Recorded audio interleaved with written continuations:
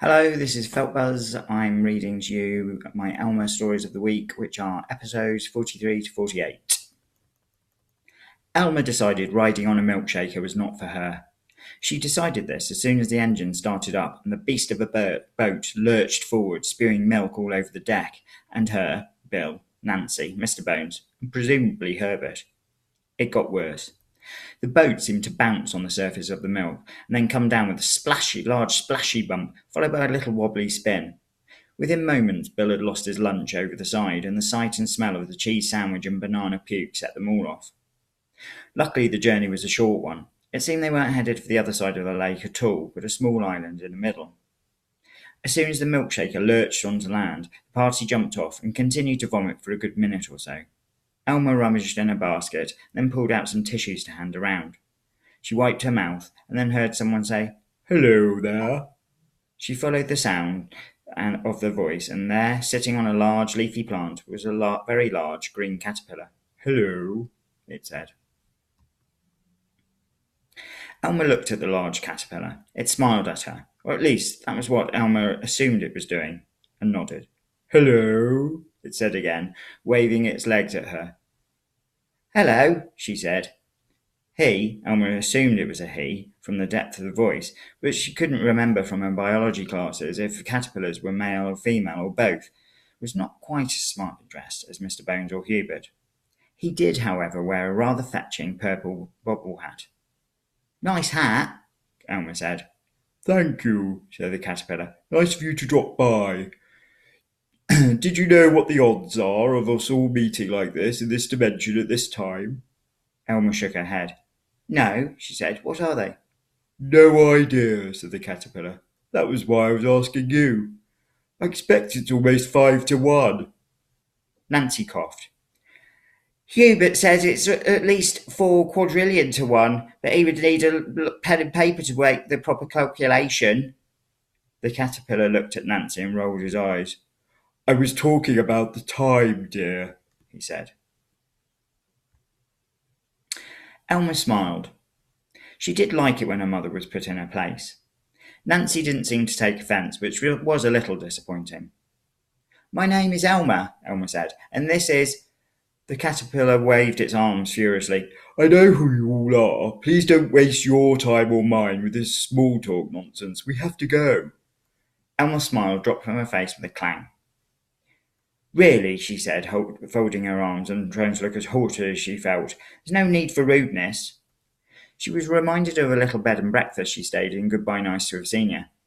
One morning, over breakfast, in a delightful wood-panelled room with a perfect mixture of modern and old furnishings, she was subjected to the company of a rather objectionable woman called Mrs. Grumph.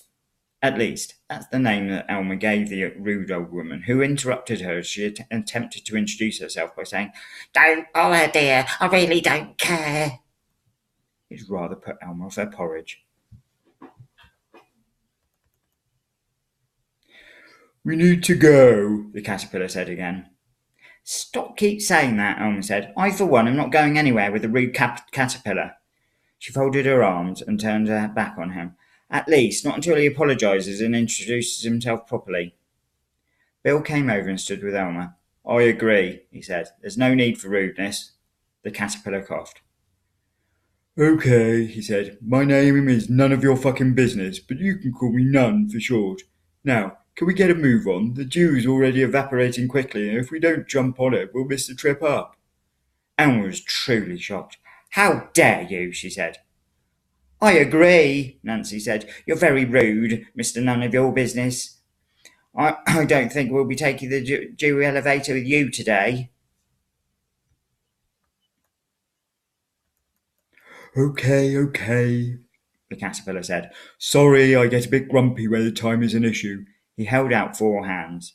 "My name is Miami," he said. Mr. Bones, Bill, and Nancy took a hand and shook it. Elma sniffed and then followed suit. "I won't say it's a pleasure to meet you, Miami," she said, "because so far it's not been. I trust you'll work hard to rectify that." Miami shook her hand energetically and nodded. "Sorry," he said, "but I do think we need to get on the dew elevator before it evaporates away. It's late already and there's barely enough of it left. And if the cheese storm comes, he pointed one of his legs off to a rather threatening yellow cloud, we could all be well and truly camembered. Nancy looked at Elma. "Okay, dear," she said. Elma nodded. "We've come this far," she said. Bill looked at her. "Don't like the sound of a Jew elevator," he said. "Nonsense," Elma sniffed. "It can't be any worse than a milkshaker." She looked at the others. "Can it?" It turned out the Jew elevator was worse than a milkshaker, just in a different way. Elma had never considered herself skinny. Even as a young woman, she thought of herself as chunky, until she looked back later in life at old photographs and realised how slim she used to be. So, when she saw the Jew elevator, literally a platform with beads of dew, and heard from Miami that she was expected to stand on the thing and that would take them up into the sky, she just shook her head. "No way," she said. She wasn't the kind of woman who said no way, not usually, but she thought this was probably about time she made use of the phrase, and this situation seemed to suit it quite well. "If you expect me to get on there and go up on the air on a layer of water drops, you can think again. I'll fall off."